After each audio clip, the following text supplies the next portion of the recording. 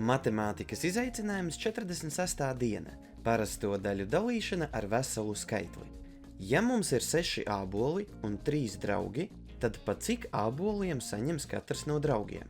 Jebkurš, kurš ir absolvējis bērnu dārzu, viegli pateiks, ka katrs saņems 2 ābolus.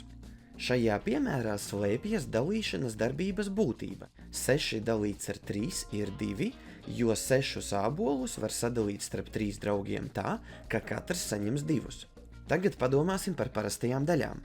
Iedosim šai pašai 3 draugu kompānijai pusi no picas. Tātad šobrīd draugiem savā starpā ir jāsadala 1 pusi no picas. Sanāk, ka mēs mēģināsim veikt darbību 1 puse dalīts ar 3. Sadalīsim pieejamo picu 3 daļās. Cik liela daļa no picas tagad ir katram draugam? Nedaudz pieslēdzot telpisko domāšanu, var saprast, ka katrs draugs ir saņēmis 1/6 no picas. Sanāk, ka 1 puse dalīts ar 3 ir 1/6.